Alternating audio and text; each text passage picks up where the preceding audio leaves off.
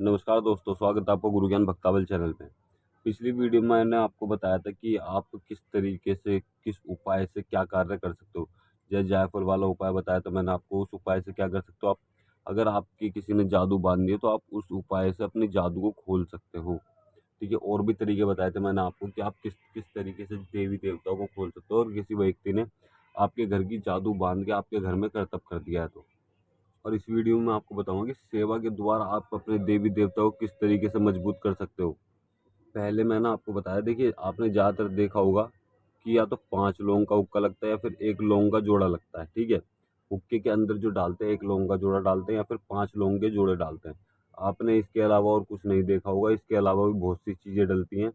ये देवी देवता को तेज करने के काम में भी आती है और ताकि हमारे देवी देवता को कोई व्यक्ति, कोई भी भगत, कोई भी तांत्रिक हमारे देवी देवताओं पर बंदिश ना कर पाए। ये इसलिए भी होता है। तो सबसे पहले आपको क्या जानना है? देखिए, मैं आपको बताऊँगा कि सेवा के बारे में, आपको सेवा किस तरीके से करनी है। और सेवा, आप हुक्का लगाते हो तो हुक्के के अंदर आपको क्या-क्या चीज़ें डालनी चाहिए, जिससे आपको लाभ मिलेगा, आपके देवी-देवता की पावर बढ़ेगी, आपके घर की रक्षा होएगी। सबसे पहले मैं आपको बताता हूँ, देखिए अपने जो आप घर के देवी-देवता की सेवा करते हो उसमें आप 1 लौंग का जोड़ा डालते हो, यानी कि 2 लौंग डालते हो, ठीक है? आप उसको बढ़ा दो, आप 5 लौंग डालने लग जाओ, ठीक है? रोज़ 5 लौंग डालो सारे देवी-देवता के नाम से। जितने भी आपके घर में देवी-देवता पूजते, 7 पूजते हो या 8 पूजते हो या 11 पूजते हो, 9 पूजते हो, जितने भी देवी-देवता पूजते हो उनके नाम से आपको 5 लौंग डालनी है, ठीक है? आप इस बारे में अपने गुरुजी से भी बात कर सकते हो, कोई भी दिक्कत नहीं है कि मैं 5, आपको क्या बोलना पड़ेगा गुरुजी से? गुरुजी से बोलना है कि गुरुजी मैं 5 लौंग का हुक्का लगाऊँगा। आप इस तरीके से बात कर सकते हो। उसके बाद में अगर आप ज़्यादा पावरफुल चाहते हो देवता को और भी ज़्यादा, तो आप क्या कर सकते हो? देवता का जो हुक्का होता है उसमें लौंग डालने के बाद आप डाल सकते हो छैल छबीला, ठीक है? उसको छड़ीला भी कहते हैं। मैं उसका लिंक आपको डिस्क्रिप्शन में दे दूँगा, ठीक? तो आप वहाँ से भी बाय कर सकते हैं। आप वहाँ से भी बाय कर लीजिएगा, कोई भी दिक्कत नहीं है और ओरिजिनल चीज़ आएगी। आप वहाँ से भी बाय कर सकते हैं ताकि आपको ये मिलने में आसानी हो, क्योंकि कई बार ये चीज़ें मिलती नहीं हैं। मैं उसका लिंक आपको डिस्क्रिप्शन में दे दूँगा, आप वहाँ से बाय कर लीजिएगा और फिर उसको यूज़ करके देखिएगा। एक बार तो आप यूज़ करके देखिएगा, उसके भी बहुत ज़्यादा चमत्कार है। क्या चमत्कार होते हैं? जैसे आपने हुक्के के अंदर डाला, तो उसमें खुशबू उठती है, ठीक है? आपको सारा नहीं डालना, थोड़ा बहुत डालना है। पत्ते की तरह होती है वो, आपको थोड़ी-सी डालनी है, जैसे 2, 4, 5 ले लिए, वो डाल दिए। उसके बाद में उसमें से खुशबू उठेगी और धुआँ उठेगा, ठीक। तो जहाँ तक धुआँ जाएगा ना, वहाँ तक आपके देवी-देवता का परवास हो जाएगा। वहाँ तक कोई भी रोक-टोक नहीं आ सकता। अब आप, कई बार ऐसा होता है कि धुआँ तो बस उठा और गायब हो गया, लेकिन धुएँ की जो महक जा रही है ना, वो बहुत लंबी जा रही है। तो आपको धुएँ की महक देखनी है। आप अपनी सेवा में बैठ जाओ, बाकी तो देवी-देवता देखेंगे। आप इस चीज़ को डालिएगा, और भी काफ़ी सारी चीज़ें आती हैं देवी देवता को तेज करने के लिए, जो इसके साथ में भी डलती हैं।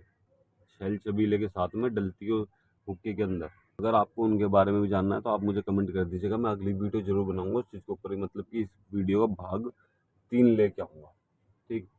अब हुक्के के अंदर 11 लौंग भी डलती हैं, 7 लौंग भी डलती है, 5 लौंग भी डलती हैं, ठीक है? और 9 लौंग भी डलती हैं। ये लौंगें जो डलती हैं वो अलग-अलग डलती हैं। आप इस विषय में मैंने पहले भी वीडियो बना रखी है, आप सर्च करके देख सकते हैं या फिर आप चैनल पे देख सकते हैं। 5 लौंग, 7 लौंग, 11 लौंग, 9 लौंग क्यों डलती है? आप बोलोगे तो मैं आपको उसका लिंक डिस्क्रिप्शन में दे दूँगा। उस वीडियो का लिंक भी मैं आपको डिस्क्रिप्शन में दे दूँगा, आप उस वीडियो को ज़रूर देखिएगा। इससे आपको ये पता चलेगा कि 9 लौंग, 7 लौंग, 11 लौंग, इनका हुक्का लगाने का फ़ायदा क्या है? इतनी लौंग डाल के हुक्का लगाने का फ़ायदा क्या है? और कब लगाए जाते हैं ऐसे हुक्के? अब जैसे मान लीजिए आपके घर की जादू बंद गई, ठीक? और आपको समझ में नहीं आ रहा, तो आप 5 लोगों का हुक्का लगाने लग जाओगे, आपको सब चीज़ समझ में आने लग जाएगी। आपके देवी-देवता भी खुल के वापसी आ जाएँगे। क्यों? क्योंकि वो आपसे फिर, आप वहाँ पे लौंग चढ़ा रहे हो, तो कोई भी बंधन होता है वो ज़्यादा देर नहीं रोक पाता देवी-देवता को। वो खुल के वापसी आपके पास आ जाएँगे। कौन-सा बंधन देवी-देवता को रोक गया? देखिए, अगर आपने खुद ही, आपने या आपके घर के किसी बड़े बुजुर्ग ने या जो आपके घर में भगत है, उन्होंने अपने देवता को लेके सीधे गंगा जी पे स्थान दे दिया और बोल दिया कि आप आज से यहीं रहो, हमारे घर मत आना, हमारे घर आने की ज़रूरत नहीं है। तो वो गंगा जी पे रह जाते हैं, आपके पास नहीं आते हैं, आपके घर पे नहीं आते हैं। तो मेन चीज़ ये भी है कि वो आपके घर नहीं आएँगे, तब बिल्कुल भी देवता नहीं आते। फिर आपको पूरा अनुष्ठान करना पड़ता है, वहाँ पे जाना पड़ेगा, देवी देवता को मना पर्चा के लाना पड़ेगा, उनका स्थान बनाना पड़ेगा अपने घर पे, यानी कि छत पे या घर के बाहर। ठीक है, तो बहुत फिर उसकी विधि बहुत लंबी हो जाती है। अब आपको और दूसरा उपाय, जैसे मान लीजिए आपका कोई काम नहीं बन रहा, ठीक, आप खुद भगत हो और आपका काम नहीं बन रहा। अब आप किसके पास जाओगे? अपने गुरु के पास जाओगे, उनके अलावा तो कहीं नहीं जा सकते। अब मान लीजिए गुरु से संपर्क नहीं हो पा रहा, ये चीज़ें तब के तब गुरु जी से संपर्क नहीं हो पा रहा, या फिर गुरु जी आपको कोई भी रास्ता नहीं बता रहे। गुरु रास्ता कब नहीं बताते हैं? वो देखते हैं कि मेरा गुरु कितना सामर्थ्य है मेरे शिष्य में, कि कितना सामर्थ्य है, कितना इस चीज़ से निकल सकता है और कितना इस चीज़ से नहीं निकल सकता। तब वो आपको भटकाएंगे, आपके गुरु। तब आपको क्या करना है? आपको ज़्यादा कुछ नहीं करना, आपको 5 लौंग लेनी है। ठीक है, 5 लौंग ले लो या फिर 7 लौंग ले लो, कोई भी ले सकते हो। उनको अपने ऊपर से 7 बार उतारना है। ठीक है, ये कल वाला उपाय, एक उपाय कई चीज़ों में काम आता है, इस चीज़ का भी ध्यान रखना। 7 बार उतार के किसी भी पेड़ के नीचे ऐसे ही रख आना।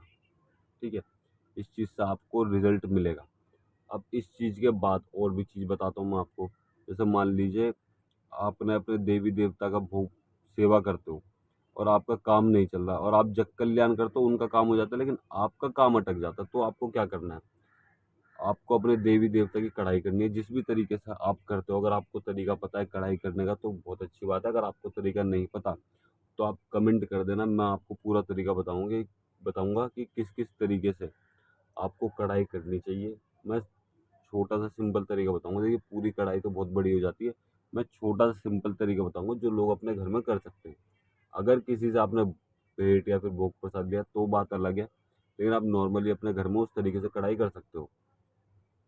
आपको कढ़ाई करनी है, ठीक है, तब आप जायफल चढ़ाते हो। आपको बोलना है कि बाबा जी मेरा काम क्यों नहीं चलता, मैं जग कल्याण करता हूँ तो मेरे काम क्यों नहीं चल रहा। आपके भी काम चलने लग जाएंगे, कोई भी आपके घर में दिक्कत नहीं आएगी, कोई भी परेशानी नहीं आएगी। लौंग के जोड़े जो डालने हैं, जो आपकी गद्दी का मालिक है ना।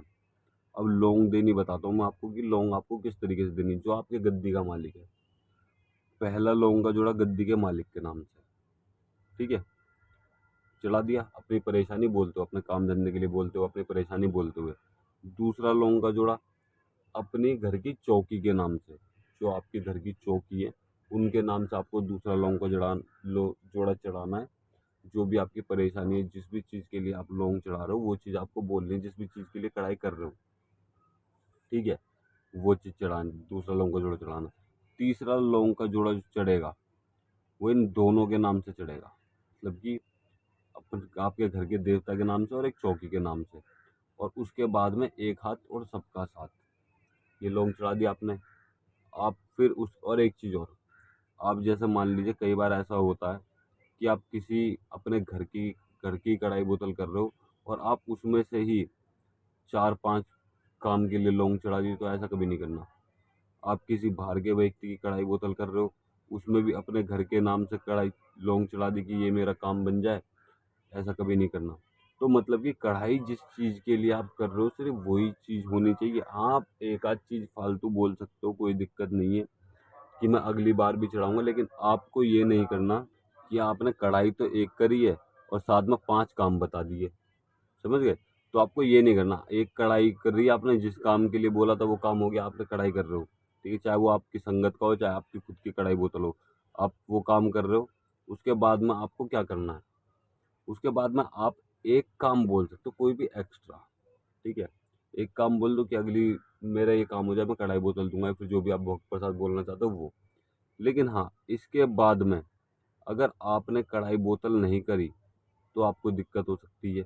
दूसरी चीज़, देवी देवता हमेशा धार का होता है, मतलब कि जबान की धार होनी चाहिए। आपने जो चीज़ बोल दी, मान लो आपने 40 दिन का टाइम किसी चीज़ के लिए ले लिया और वो आपका वो काम हो गया 20 दिन में, तो आपको 40 दिन का वेट नहीं करना कि 40 दिन में मैं कढ़ाई बोतल करूँगा या फिर भेंट करूँगा। 20 दिन में काम हो गया, आप 25 दिन में या 30 दिन में पहले ही कर दो ना उस भोग प्रसाद को, आपका काम तो हो ही गया। 40 दिन का इंतजार क्यों करना? क्योंकि कई लोग ऐसे ही करते हैं कि 40 दिन का टाइम लिया है और वो काम हो गया 20 दिन में, तो 40 दिन पे ही हम कढ़ाई करेंगे। उनके घर में फिर दिक्कत होनी शुरू हो जाती है। देवता बोलता है भाई मैंने तो काम कर दिया ना, क्यों क्यों दिक्कत होती है? क्योंकि देवता को पर्चा दिया जाता है 40 दिन का, कि 40 दिन में ये काम करा था। अब 40 दिन में ये काम कर देगा, मतलब 40 दिन पूरे नहीं होते, वो 40 दिन से पहले कर दे या बाद में कर दे, भोग प्रसाद उसे चाहिए। तो आपको ये चीज़ ध्यान रखनी है कि आपने 40 दिन बोले और 20 दिन में काम हो गया, तो आपको 20 से 25 दिन में या फिर 30 दिन में वो भोग प्रसाद देना है। क्यों? क्योंकि आपने देवता को दिए 40 दिन कि 40 दिन के अंदर अंदर ये काम कर दो। देवता ने अंदर अंदर काम कर दिया, 20 दिन के अंदर काम कर दिया, तो आप 25वें दिन या फिर 30वें दिन आपका काम जैसी हो जाए, उसी उसी वक्त आप बोलो कि बाबा जी बड़ी मेहरबानी, आपने ये काम कर दिया, मुझे इस परेशानी से निकाल दिया, फिर मेरी ये बहुत बड़ा काम था, ये आपने कर दिया, आपकी बड़ी मेहरबानी। आपका जो भोग प्रसाद है मैं 2-4 दिन में दे दूंगा, या फिर 5 दिन में, या फिर 30 दिन में। आपको एक तारीख बता देनी है, मतलब कि 5-25 तारीख को दे दूंगा या 30 तारीख को दे दूंगा। आप तभी बोल दीजिएगा, वरना फिर आपको दिक्कत नहीं होगी। अगर आप ये ऐसा नहीं बोलोगे तो आपको दिक्कत होगी जरूर, 100% होगी। तो आपको इस चीज़ का ध्यान रखना है, और आपको और भी आगे उपाय जानने हैं तो आप मुझे कमेंट कर दीजिएगा, मैं अगली वीडियो जरूर बनाऊंगा उपायों के ऊपर कि भक्तों को और क्या क्या चीज़ें जाननी चाहिए। अगर आपको हमारे द्वारा दी गई जानकारी अच्छी लगी हो तो वीडियो को लाइक करें, चैनल को सब्सक्राइब करें और बेल आइकन जरूर दबाएं, ताकि हमारे द्वारा दी गई जानकारी आप तक समय पर पहुंच सके।